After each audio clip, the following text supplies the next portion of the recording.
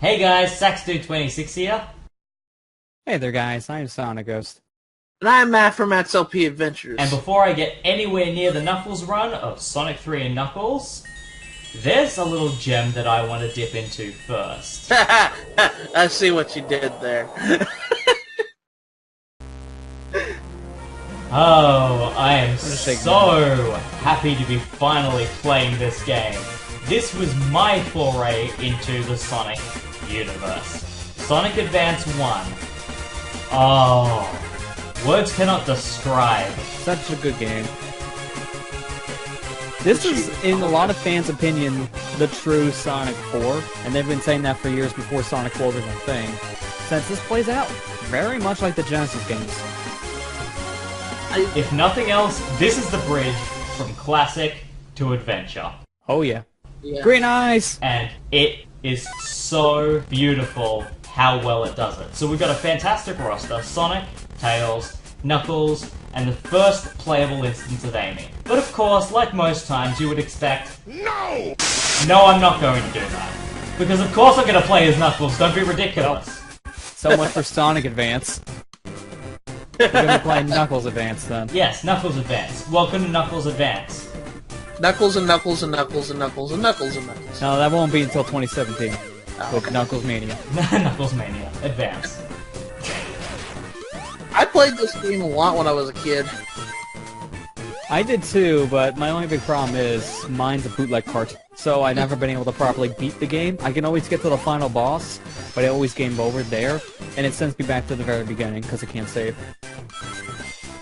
I'm so used to the magnetic shield, so the idea of double jumping with the thunder shield was always alien to me.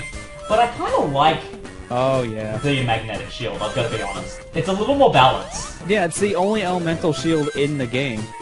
And the only attribute it has is the sucking rings. It doesn't give you a double jump like it did back in Sonic 3. Or electrical protection, but to be fair, that was more a thing in Sonic 3 and Knuckles and Sonic 3 Blast, so I'm totally cool with that. But yeah. Knuckles, to me, is the perfect character to play as because his control scheme is very balanced, he's very good for exploring with, and just sometimes as a side thing, his combat punching and gliding are just really nice additions to have. Oh, yeah. Also, power sneakers make navigating levels stupidly hard and the music goes ridiculous. Yeah, I don't understand why the music has to ramp up by like ×4. It actually sounds distracting. Doesn't sound good. Compared to the classic games, it does go a bit overboard. Oh, yeah. By the way, pretty much it took a book out of Sonic 3 and Knuckles a little bit. Special stages are found with these springs here. They go super far in the atmosphere and you have to skydive the whole way down. Can we just say one thing? Welcome to Space Tubes! Can we just say one thing right now? This is the worst part about the Sonic Advance trilogy in general. All three games getting to the special stages are a pain, but this is the best game to get them. And that's saying a lot because it's still a pain. Well, that's the thing. Sonic Advance 1, 7 special stage springs. Each one is located in a specific act, in a specific zone. You have one chance to go to it. If you fail, you can just die and go on the spring again, but for the sake of actually letting this playthrough finish sometime in the next week, I'm only going to try each one once. That makes sense, because these special stages, oh man, they're awful. I don't like these at all. That's the thing, I love these special stages. It actually requires a lot of accuracy and very precise timing, and it feels very different to the half-pipes. Plus, like, I got very used to bouncing off things and using the dash, so I don't know, I've grown very accustomed to them. Yeah. Problem. Only because it's more or less depth perception with the stage. Yeah, I like the premise. I like the idea of just falling into the rings like this, so it's a different take on the half-pipe design, but you can barely see where the rings are half the time. I hate these. So it's so easy to miss them. Screws up with my depth perception. I hate Like, I think, for me, the one thing I always hate is trying to get the combination of dashing and the tricks on the yellow orbs. Oh, yeah. Here's the true indication that we're ending the classic series.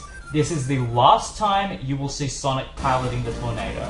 And also, I think the last time you see it red. This was a key part of every classic series game. If Sonic wasn't playable, if Sonic wasn't playable, he was piloting the tornado.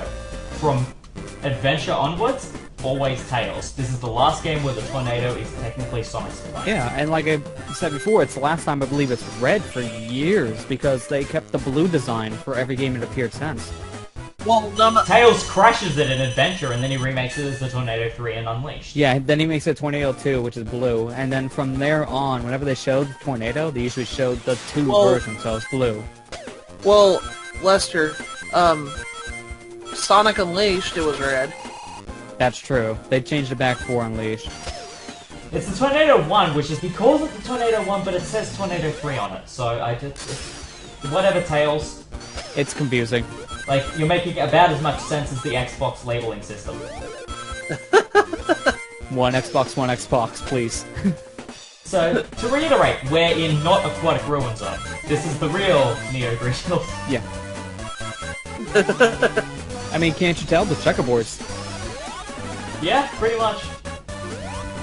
Which is a side note, I'm really liking that the Sonic 3D Blast Director's Cut is actually making Green Grove Zone not checkered between brown and brown. Thank They're God. making it brown and green. Yeah. Which I'm actually really liking. Yeah, we don't need 2 browns at the same time. That's just gonna look like a bunch of crap, literally. Well, the idea was it was meant to be mirroring Green Hill Zone. But I like the fact that he's going back and going, it's Green Grove, let's make it more green. And I totally respect that decision. But, yeah. This game to me is the perfect balance of classic having badniks, classic-esque gameplay style, nothing too complicated or really fast, but still making the nice smooth transition into modern. Yeah. The only other game really that does that transition is maybe Sonic Pocket Adventure, which I guess you could say is like Sonic Advance Zero. Yeah, I think like the big thing with that one is that's where they really tried to push the new character designs, because Sonic and Eggman were the designs from Adventure at that point. Yeah. The Egg Hammer. Like the... Bringing the hammer down on his opponents. Yeah, which just for a first boss, he's really not that bad. Well, that's the thing. He's meant to be an on-wheels version of... I know. I died. I'm getting hit by the first boss. Shoot. It's like I planned it. It's basically an on-wheels version of the Sonic 1 boss. Pretty much. Oh no. Well done, Knuckles. He got hit by the capsule. He got hit by the... Knucklehead. Shut up!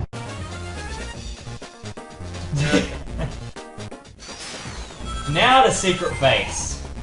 I love this stage so much. I like This is a good stage. At the same time, this is probably the worst stage to play when you're not using a backlight for the beginning, Oh yeah, definitely. because that dark aesthetic really doesn't help on a Game Boy Advance Y.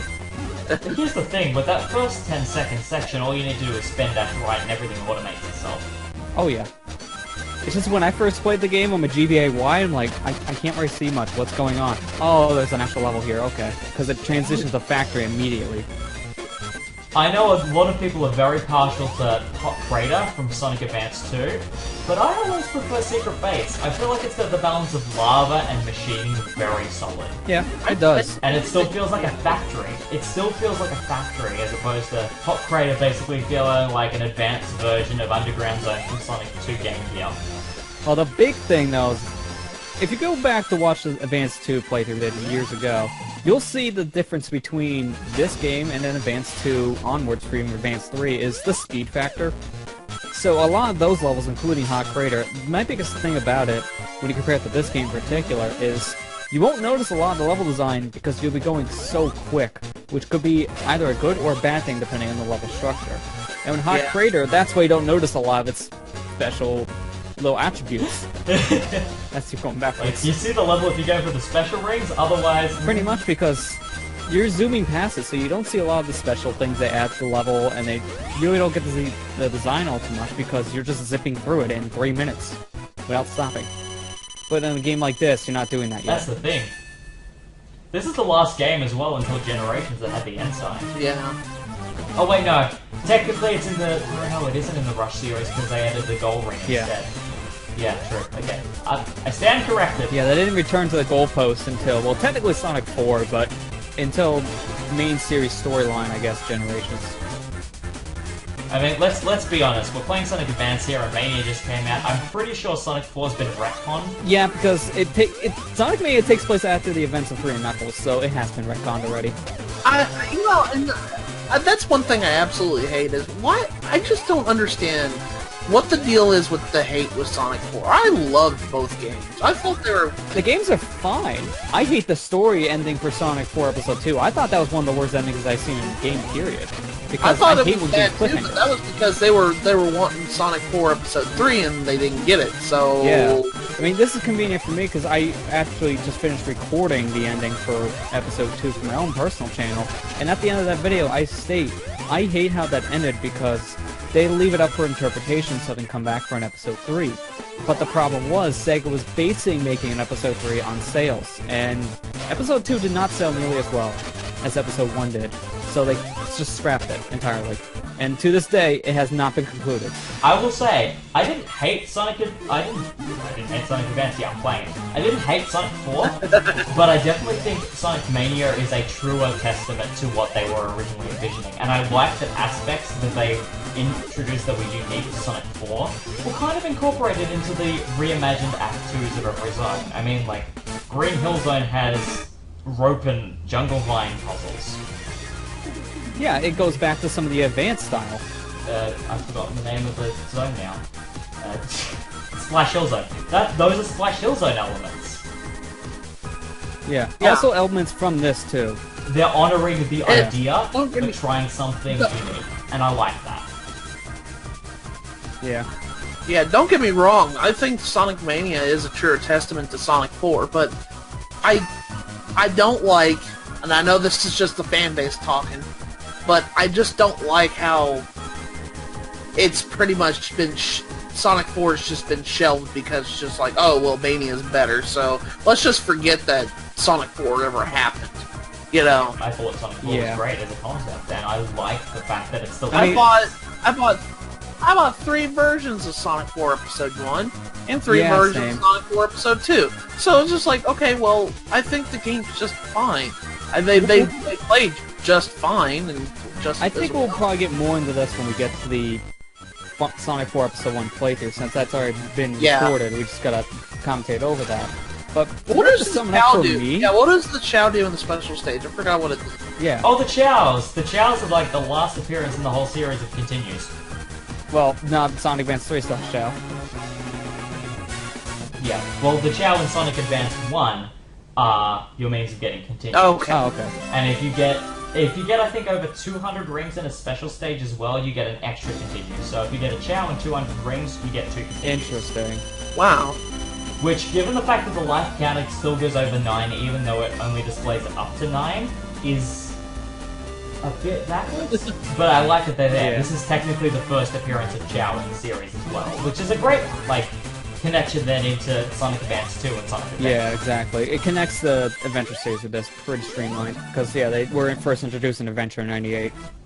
And I love that. But to finish the one thought from before, so we get off the Sonic 4 tangent in general, my big thing is, we'll again get to when we get to the playthrough, but you see a lot of these classic games, and I go back to Episode 1 in particular, and I see, honestly, going back to it, it's worse and worse each time I play, only because of physics.